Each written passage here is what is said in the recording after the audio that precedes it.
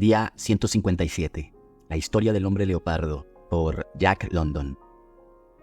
Había en sus ojos una mirada distraída, perdida, y su voz triste, insistente, dulce como la de una doncella, parecía la representación apacible de una melancolía profundamente arraigada. Era el hombre leopardo, pero no lo parecía. Su profesión, su medio de vida, consistía en aparecer en una jaula de leopardos amaestrados ante públicos numerosos, a los que emocionaba mediante ciertas exhibiciones de valor, por las que sus empresarios lo recompensaban a una escala proporcionada a las emociones que producía. Como digo, no lo parecía. Era estrecho de caderas, estrecho de hombros y anémico, aunque parecía agobiado no tanto por la melancolía como por una tristeza grata y discreta, que soportaba tan gratamente y con la misma discreción. Durante una hora yo había intentado sacarle una historia, pero al parecer carecía de imaginación. Para él no había ningún atractivo en su vistosa carrera, ningún hecho atrevido, ninguna emoción, tan solo una gris monotonía y un aburrimiento infinito. ¿Leones? Oh sí, había peleado con ellos. No fue nada. Lo único que había que hacer era permanecer sobrio. Cualquiera podía parar los pies a un león con un simple palo. Él había lidiado con uno durante media hora hacía tiempo. Le pegaba en el hocico cada vez que se abalanzaba, y cuando actuaba con cautela atacando con la cabeza baja, pues bien, lo único que tenía que hacer era extender la pierna. Cuando el león echaba mano a la pierna, la retiraba y volvía a pegarle detrás del hocico. Nada más. Con la mirada perdida y su flujo de palabras dulces, me mostró sus cicatrices. Tenía muchas, y una reciente en el hombro donde una tigresa lo había alcanzado y había llegado hasta el hueso. Me imaginé las rasgaduras hábilmente surcidas que tendría en la chaqueta.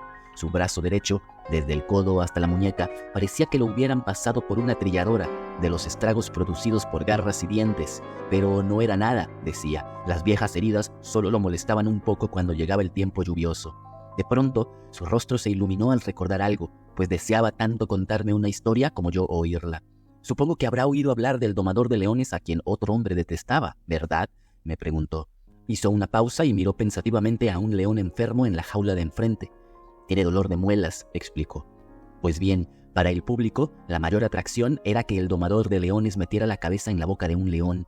El hombre que lo detestaba asistía a cada actuación suya con la esperanza de ver que el león mascase. Seguía el espectáculo por todo el país. Los años pasaban y él envejecía, y el domador de leones envejecía, y el león envejecía, y por fin un día, sentado en un asiento delantero, vio lo que había esperado. El león mascó y no hubo ninguna necesidad de llamar a un médico. El hombre leopardo echó un vistazo fortuito a las uñas de sus dedos de una manera que habría sido crítica si no hubiese sido tan triste. Bueno, es lo que yo llamo paciencia, continuó, y es mi estilo. Pero no era el estilo de un individuo que yo conocía. Era un tragasables y malabarista francés, bajo, delgado, diminuto. Deville se hacía llamar y tenía una linda esposa. Ella era trapecista y solía tirarse de cabeza a una red desde lo alto de la carpa, dando una vuelta de campana tan estupenda como quieras.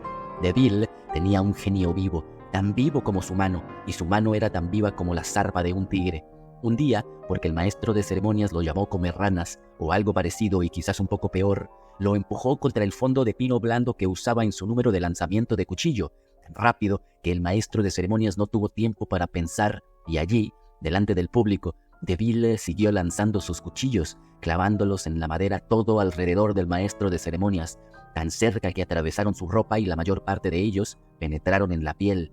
Los clowns tuvieron que arrancar los cuchillos para soltarlo, pues estaba bien sujeto, de modo que circuló la noticia de que había que tener cuidado con Deville, y nadie se atrevía apenas a ser más que atento con su esposa. Y además, ella era una bruja traviesa, solo que todo el mundo le tenía miedo a Deville. Pero había un hombre, Wallace, que no le tenía miedo a nada. Era el domador de leones, y empleaba el mismo truco de meter la cabeza en la boca del león. La había metido en la boca de alguno de ellos, aunque su preferido era Augustus, una enorme bestia de buen carácter con la que siempre se podía contar. Como iba diciendo, Wallace el rey lo llamábamos, no le tenía miedo a nada, vivo o muerto. Era un rey, ya lo creo, lo he visto borracho y por una apuesta entrar en la jaula de un león que se había vuelto peligroso y sin un palo acabar con él a golpes. Lo hacía nada más que con su puño en pleno hocico. Madame Deville. Al oír un revuelo a nuestras espaldas, el hombre leopardo se volvió discretamente. Era una jaula dividida y un gran lobo gris le había agarrado una pata a un mono que asomaba por el enrejado y alrededor del tabique y estaba intentando arrancársela a viva fuerza. El brazo parecía estirarse cada vez más como un elástico grueso, y los compañeros del desventurado mono estaban armando un terrible alboroto. No había ningún guarda cerca, así que el hombre leopardo dio un par de pasos para aproximarse, asestó al lobo un golpe fuerte en el hocico con el bastón liviano que llevaba y regresó con una lánguida sonrisa de disculpa para reanudar su frase inacabada como si no hubiera habido ninguna interrupción. Madame Deville miró a Wallace el Rey y Wallace el Rey la miró a ella, mientras Deville ponía mala cara. Advertimos a Wallace, pero fue inútil. Se rió de nosotros, como se rió de Deville un día cuando éste metió la cabeza en un cubo de engrudo porque quería pelea. Deville estaba en un verdadero lío, lo ayudé a salir, pero él estaba más fresco que una lechuga y no amenazaba. Pero reconocí un brillo en sus ojos que a menudo había visto en los ojos de las fieras, e hice todo lo posible para darle a Wallace una última advertencia. Él se rió, pero después de eso ya no miró tanto en dirección de Madame Deville. Pasaron varios meses, nada había sucedido, y yo empezaba a creer que no había nada que temer. Por entonces estábamos en el oeste, actuando en San Francisco.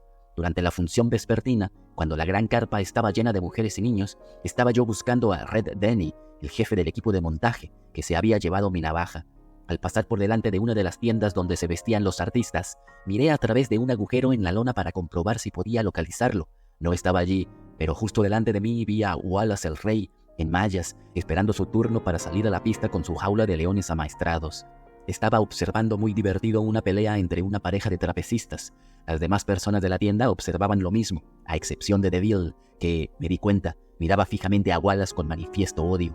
Wallace y los demás estaban demasiado ocupados siguiendo la pelea para darse cuenta de eso y de lo que siguió. Pero yo lo vi a través del agujero en la lona. Deville sacó su pañuelo del bolsillo, hizo como si se enjugase con él el sudor del rostro, pues era un día caluroso, y al mismo tiempo pasó por detrás de Wallace. La mirada me preocupó en aquel momento, pues no solo vi en ella odio, sino también júbilo. Deville soportará la observación, me dije, y realmente respiré más tranquilo cuando lo vi salir por la entrada a los terrenos del circo y subir a un tranvía en dirección al centro de la ciudad. Pocos minutos después me encontraba en la carpa y había alcanzado a Red Denny. Wallace el Rey estaba haciendo su número y tenía fascinado al público. Estaba de muy mal humor y había excitado a todos los leones hasta hacerlos gruñir. Mejor dicho, a todos excepto al viejo Augustus, que estaba demasiado gordo y perezoso y viejo para excitarse por algo. Finalmente, Wallace restalló su látigo contra las rodillas del viejo león y lo puso en situación. El viejo Augustus, mirando con asombro pero afablemente, abrió la boca y Wallace metió en ella la cabeza. Acto seguido, las fauces se juntaron y la mascaron. Justo así, el hombre leopardo sonrió de un modo dulce y melancólico y la mirada perdida volvió a sus ojos. Y ese fue el final de Wallace el Rey, prosiguió con su voz baja, triste. Después de que se calmara el alboroto, esperé el momento oportuno y me agaché a oler la cabeza de Wallace. Luego estornudé. ¿Era?, pregunté con vacilante impaciencia. Rapé, que Deville dejó caer en su pelo en la tienda donde se vestían los artistas. El viejo Augustus nunca tuvo intención de hacerlo, solamente estornudó.